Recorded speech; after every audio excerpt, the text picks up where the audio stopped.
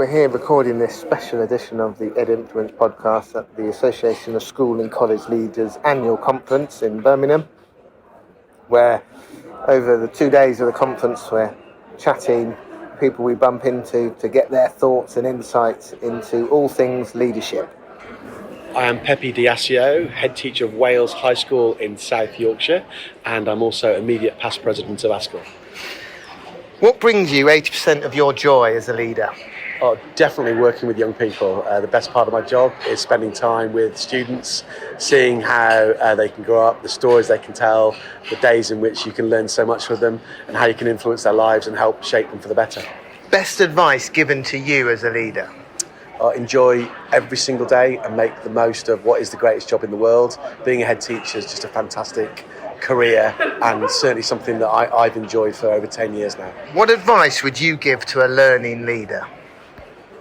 I would say to immerse yourself in your role, to do what you find passionate, and to make sure you learn from the very best people around you and soak up all you can from those people that you work alongside and gain from their experience.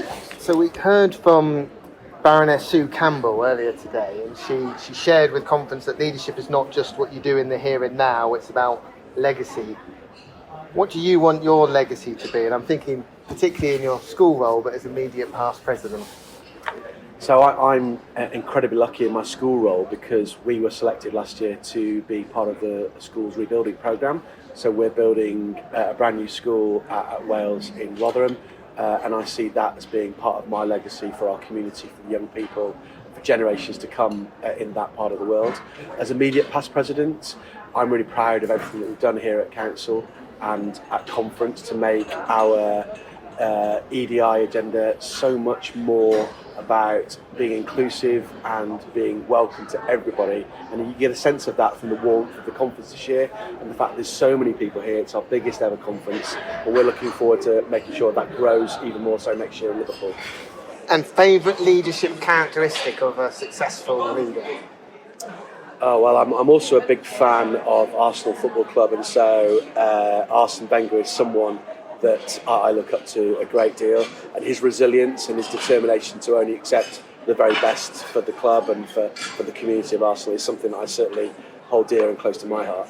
Hi, I'm Liz Anderson. I'm CEO at Djanogly Learning Trust in the East Midlands. What brings you 80% of your joy as a leader? Seeing people empowered through actions I've taken to give them the confidence, the skills, the knowledge to really shine. And what's the best advice you've ever been given as a leader? The job is never finished, and just to sometimes allow yourself to just stop so that you're not completely driven, to just stop, and instead of always looking forwards, to stop and sometimes look backwards as a real reflection to empower yourself about the journey you've walked already to help inform the journey you're about to walk. What's the advice you'd give to a learning leader? Never stop learning yourself, never think you know it all, because you never ever do. And biggest strategic leadership challenge for you in the medium term? For me personally, I'm handing over my baby, having been at the birth of my trust. I'm moving on to other exciting things, and got to hand it over to somebody else, and I'm trying in the next 6 months to get everything out of my head and into some kind of form that I can hand over that to somebody else. So we've just heard leadership is not just what you do in the here and now, it's about legacy. What do you want your legacy to be? I feel, with the help of an incredible team around me, we've built a trust that is absolutely based on values, and everybody who comes to any of our schools feels that, and that's what I want. That's what I want my legacy to be. That people, not what I've done, but people say she always stood up for those more vulnerable than herself. Who has inspired you as a leader? My dad. I know that sounds really corny, but he was a classic disadvantaged kid, first one to go to university, and he smashed it. He went to Cambridge on a scholarship from living in a little tenant farming family in Cheshire, and he just always just followed what he believed was right. Favourite leadership characteristic of a successful leader? Mutual respect. Hi, I'm Steve Rollett, Deputy Chief Executive at the Confederation of School Trusts. What brings you 80% of your joy as a leader, Steve? I think probably the thing that brings me a lot of job satisfaction is problem solving, and by that what I really mean, I think, is like the intellectual challenge of being a leader. Often, you're responsible for finding solutions, often to quite complex problems, and thinking through the different options, what's the pros and cons of different things, strategies you might take, and sort of bringing a team with you. That, to me, especially when it works, feels really successful and really important. Best advice I've been given as a leader? Probably, I know it's an old cliche, but that advice about pick your battles, and I suppose I don't mean literally battles, but particularly in the line of work that I do, when you're representing members, you've got to think really carefully about where you're going to deploy your resource and your energy. What are the really big issues that you've got to deal with? And there's quite a lot of strategy around that sometimes. Obviously dealing with the stuff in front of you now, but also thinking about what's coming down the road ahead. And what advice would you give to a learning leader? Yeah, I think probably just, I know this sounds really quite glib, but think a lot. I guess, again, leadership, a huge part of leadership is problem solving. We often have a gut instinct, and that can be right. Oftentimes our gut instinct, we know, can be a really important resource for us to draw on. Also, it can provide blind spots for us. So sometimes it's really important to challenge those blind spots, and if there's something that you don't know, or indeed something you feel super confident about, actually reading, speaking to people, challenging your thinking on that issue can be a really effective way of testing what you think you might do in a particular area, and developing your view of that issue. So yeah, I would definitely think just challenge yourself always to be thinking, is there more I can know about this issue before I set a strategy in place? And favourite leadership characteristic of an effective leader? I think it's about humanity, which encompasses a load of things. I think probably empathy is part of that, being able to work in a team and so on, but just someone who's got a deep sense of humanity just feels, to me, massively important, because a leader is only a leader because they've got people they're leading, right? Therefore, you've got to be able to relate to those people. I think you've got to be able to understand what makes them tick. You've got to be able to get the best out of them, and you've got to be able to help them find. I talked about that 80% joy earlier. You've got to be able to help them find that 80% joy in their work. So yeah, for me, it's humanity. Cruddas, the Chief Executive of the Confederation of School Trusts.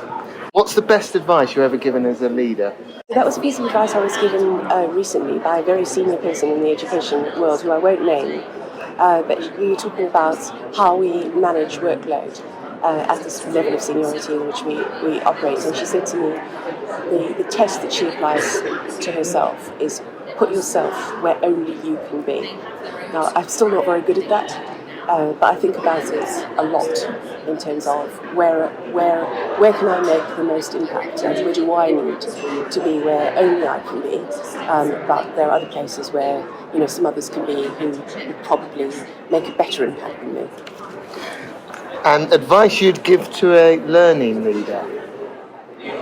Keep your balance, I think, would be the advice I would give to a learning leader. I mean, I think leadership can be all-consuming, and it can take up all of who you are, and you want to bring your whole self to leadership. That's really important.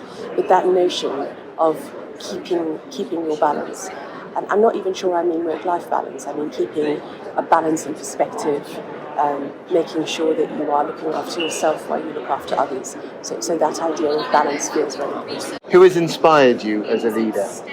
So I'm going to say Nelson Mandela, and I know that can sound a little bit trite, but he was not just the president of South Africa, but a world leader. And I was born in South Africa and lived through the period of apartheid. And what emerged with Nelson Mandela was this leader who could just bring together different communities from a very broken place. And it was an absolute privilege to live in South Africa at the time and see how he did that. Carl Ward, Chief Executive of the City Learning Trust in Stoke-on-Trent, Staffordshire, and Chair of the Foundation for Education Development. What brings you 80% of your joy as a leader? making a difference for children and communities, especially over the last 3 or 4 years. It's become absolutely obvious what our role has been during the pandemic and the cost of living crisis. And it's been harder and harder, but making a difference, and a systematic difference for children and young people across my academies from that perspective. But that will be the trust perspective. I suppose from the Foundation for Education Development, is making sure that difference has longevity over time. And, we have long-termism in the things that we do. That really makes the difference for children and young people and communities and families if we're consistent over a period of time. We have really good schools that span the generations. As a leader, Carl, how do you balance the short-term getting things done with that long-term vision? I think you've got to be true to your community and yourself and what you do. What goes on with the political education bit and the way that the country operates and what it needs is one thing. And if you're new to leadership, you can be taken in by jerks from left to right, back to centre. Whereas if you've been in leadership in schools and colleges and academies for a long period of time, you stick to what you know works and what is true and what will work over a period of time. That is consistently harder if we don't have consistency in education policy over time, because you can't then deliver consistency in education practice. That's one of the things, of course, that the Fed is looking to support with that long-term approach to education policy and practice and bringing the two together. But you've got to stick to your truth in what you know that will work in your school or group of schools. That's the most important thing. I think the best advice that I've ever been given is you constantly review what you're doing and you keep aware of what you're doing. And you keep 2 boxes mentally. One box of all the really great way of doing things that you consistently practice again, and another box of things that you've done that haven't worked that well, but you don't forget them, so you don't continue to repeat an error that you might have made. None of us are perfect. What's the phrase? We're going to fail, all of us, at something. And that's fine, okay, because you learn from your failures. You keep your box of failures there and you learn from them, you don't forget them, as much as you keep your box of great things that you've done, you think, I'm going to do that again. So we heard earlier in the conference from Baroness Sue Campbell that leadership is not just what you do in the here and now, it's about legacy. What do you want your legacy to be? And I'm thinking, Carl, particularly as a past president of ASCL, and the work you're doing in your trust and the Fed, what do you want your legacy to be? So when I was president of ASCL, my theme for the year was the country needs a long-term plan for education. By long-term, I mean longer than 5 years of the typical political cycle. It's not to say that politics in education isn't important, but there is lots more to education other than politics and policy. So I think I've got 2 elements of legacy, one might say. So obviously, my presidential year in ASCL led on to the foundation of creating the Foundation for Education Development that really champions that long-term approach in education.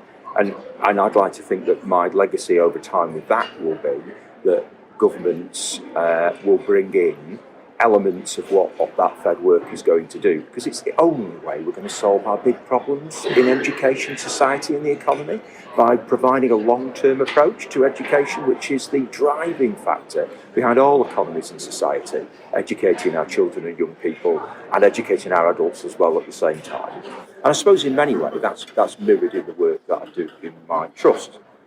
Consistency over time, a legacy there is to ensure that children and young people from disadvantaged backgrounds have a great deal over time. And we can only do that with consistency. We can only do that with working on things to develop them over time. Because my aim in my trust is to be world class. That's a big aim. And it's not that easy to do. But you can only do it with consistency over time. Knowing your standard, deliver those things, and it takes decades to do something like that. So I suppose, my legacy in both trust and the Fed in terms of my presidential year is one of the same, consistency over time, ensuring that we have a long-term approach to solve our long-term problems. So, bring this edition of EdInfluence to close, wanted to leave you with a question to reflect on. Earlier in one of the sessions with Baroness Sue Campbell, Director of Women's Football at the FA, she told the conference that leadership is not just what you do in the here and now, It's about legacy. What do you want your legacy to be? She asked us. And this left me with the question of, what's the mission that connects your leadership roles?